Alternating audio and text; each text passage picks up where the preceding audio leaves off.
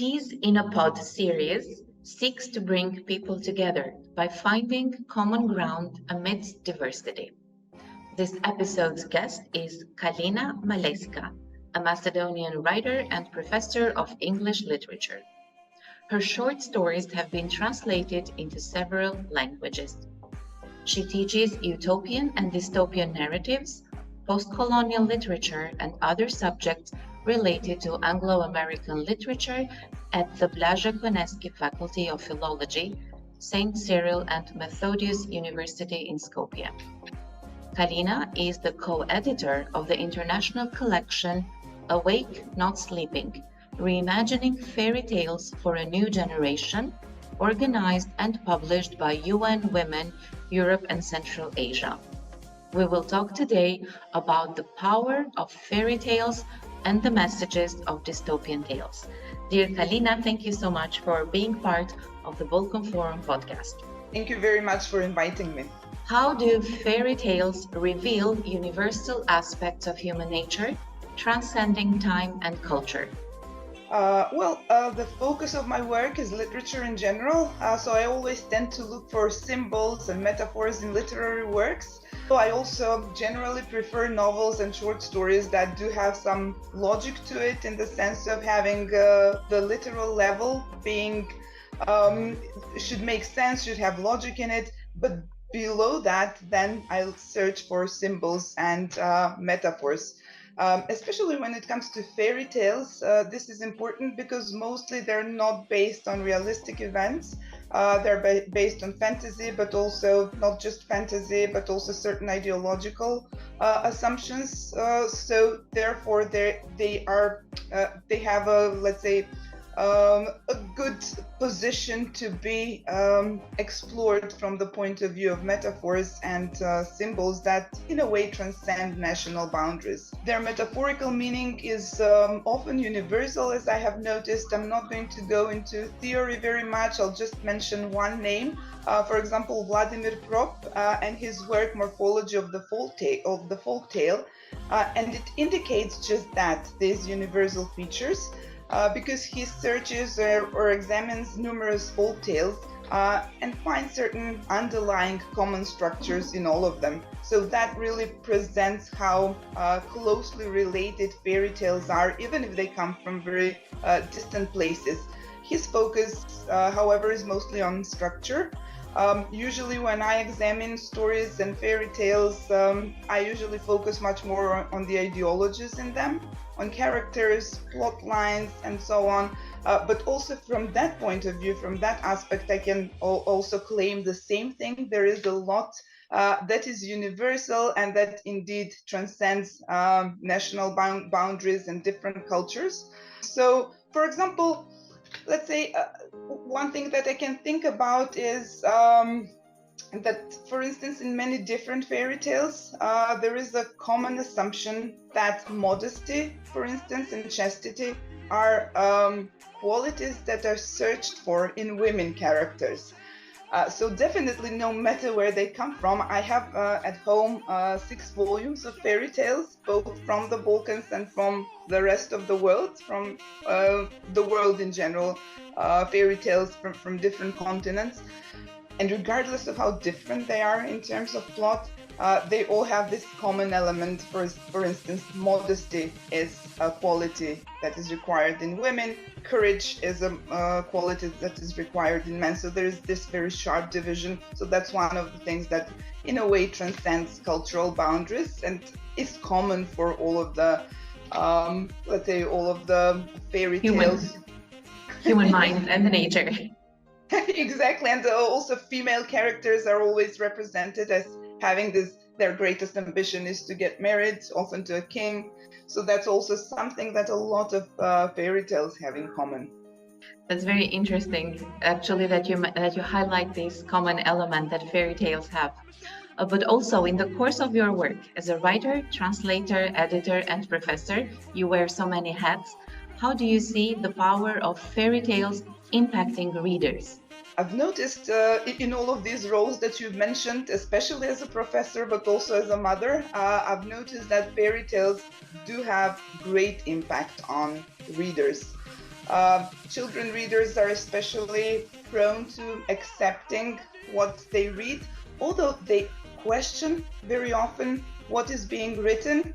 If, for example, if there is something contradictory presented in one way in the beginning of the story, but not really explained or presented in a different way at the end of the story, they will notice that definitely. So they do ask questions, and they question the fairy tales from the point of view of, let's say, logic or whatever is described. However, when it comes to ideological assumptions that are inlaid in the fairy tales, because they're more subtle often, it's very difficult to identify them, to notice them. So they're usually accepted as such, as something that is normal. So whatever is being read is often, especially if children read story after story after story, and all of these fairy tales have something in common that is, ideologically speaking, the examples that I mentioned before, they do tend to accept them as something that is normalized. So in that sense, the impact of fairy tales is really great. So I'm mentioning this in terms of, let's say, some perhaps negative stereotypes that are being accepted, although fairy tales can have very positive influence as well, especially in developing imagination and inciting or encouraging children to think. So in that sense, both perhaps from positive, from negative point of view, they do have a lot of impact.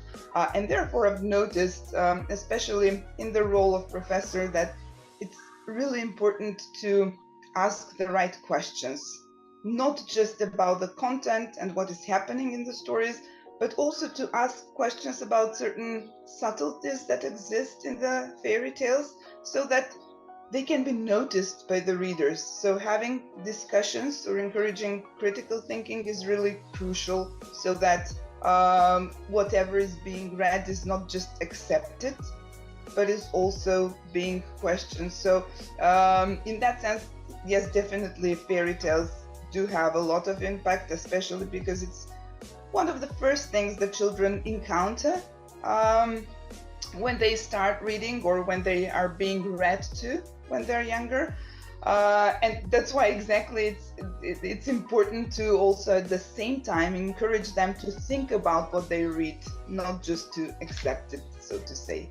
So developing the critical thinking skills from a very early age on. Absolutely crucial, yes. You also co-edited the international collection Awake Not Sleeping, Reimagining Fairy Tales for a New Generation in 2021, and now you're also co-editing the second edition that is set to be published in 2024. What were the common themes that you noticed from various countries, cultures of these reimagined fairy tales, and what did these common themes speak of? It was a very, very interesting experience. Because there were workshops as well, so it wasn't just editing stories that have been written, but prior to that there were several workshops in which the participants shared their ideas, and that was a really enriching experience, I would say. Because it was interesting to talk to all of the participants, it became clear that wherever they came from, they shared certain common experiences. Again, there were people from different parts of the world, not only Europe and Asia, but also from other continents as well.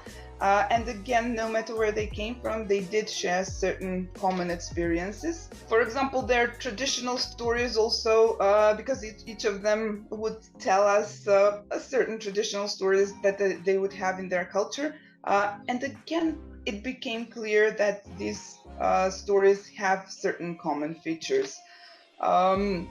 The aim of the collection was to question the harmful patriarchal norms, and therefore the stories of the collection aimed at reimagining these fairy tales, so not just to take them as such, but also to reimagine them either from a different character's point of view, or perhaps to add characters or to put the marginalized characters in the center and so on. So different methods, different approaches were used, but the aim was to reimagine them rather than just to, in a way, copy them with slight changes, but to completely to present them from a different point of view. Regarding some of the common themes that you mentioned, I can thinking about all of these stories, I can think of several common themes. It was many of the stories had the aim, and in fact managed to do that, to present a stronger female character, so not just the typical female characters that we would find normally in fairy tales or folk tales, but also they created stronger female characters that are socially active, that have the ambition to achieve something, not just necessarily in their own life, but also to perhaps transform their environment as well. Specifically, it may be through outwitting a strong enemy, for example, or bringing about reforms in an orphanage. There was a story with that topic as well. So the variants were different, but the underlying theme was common. Some other, let's say, common themes were also to represent stepmothers differently. This was also a general topic in different fairy tales, where stepmothers are usually presented as evil. So a lot of stories, yes, the authors of these reimagined stories really aim to present, for instance, this character differently. The step-parents were supportive in most of these fairy tales. Some of the characters stood up against authorities, so these are some common themes. So actually these reimagined fairy tales are infused with messages of empowerment and diversity. Exactly. Which is a narrative we need more and more in the times that we're living. Absolutely, because rather than stereotypically presenting something, because you mentioned diversity, definitely a lot of them have very different characters with different life experiences, but they're all in a way struggling in their environment. So we're very much looking forward to the second edition of this collection of stories. And going back to the fairy tales, you mentioned that they often contain elements of magic and wonder, whereas the dystopian tales, which is another field of your professional interest, explore the darker side of human existence. How do these contrasting elements coexist and contribute to our understanding of human nature? And what fascinates you about the dystopian narratives? Yes, thank you for that question as well. I'm really interested in both of these genres, utopian, dystopian genres, and fairy tales. And how I became interested in it was that in 1992, so it was in high school, I read 1984. And I was really fascinated by it. And then after that, I started reading other utopian and dystopian novels that I could find. I couldn't find many at that time because of translation issues. So mostly what I found in translation were 5 or 6 books at the most. They didn't leave such a strong impression on me as 1984, but I still remember that for a long time. So when I had the opportunity finally about 20 years later to offer a course at the Faculty of Philology, which is going to be an elective course connected with literature, I immediately thought of this dystopian work that I loved so much, and I started reading intensively. And I discovered many, many utopian and dystopian works that were really excellent. And I started reading theory as well, so I'm really into that. It's one of my major fields of research, and I offered this course. So I can say definitely I'm very interested in the connection between literature and social and political reality. And utopias are perfect expression of that connection. Utopias express the possibility of a better future and encourage the readers to act, and that's what I love about them. And in this sense, they do have some common elements with fairy tales. Of course, they're not so closely related, but they do have that element of, let's say, optimism, of something happening in a exactly. And something happening also in a different world than ours. It might be in the future in the case of utopias, or an imaginary world in the case of fairy tales, but they do have that element of optimism. Of course, utopias, because they're created in such a way as to imagine a better world, they really, I think, socially engage readers as well. On the other hand, just to make the comparison with dystopias, on the other hand, dystopias imagine undesirable futures.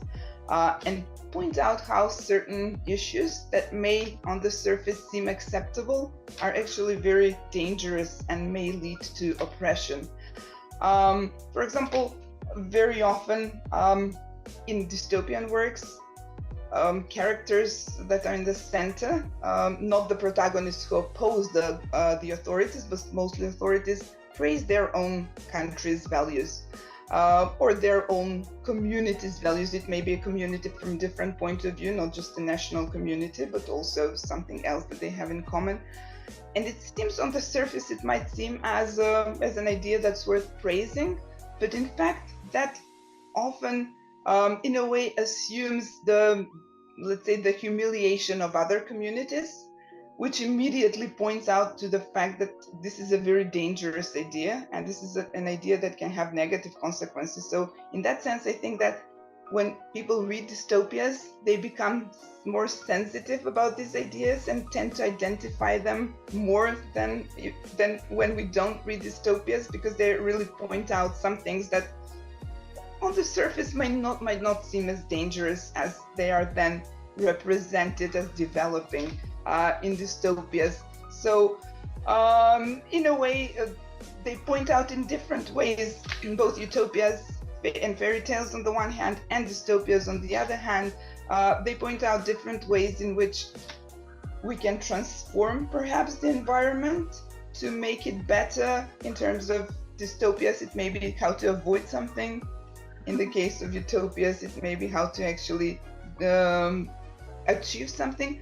But in both cases, I think they are focused on transforming the environment. As we talked about the fairy tales as well, and these reimagined fairy tales, they also aim at transforming in a way the consciousness, the awareness of people. So it's all in terms of improving the societies around us.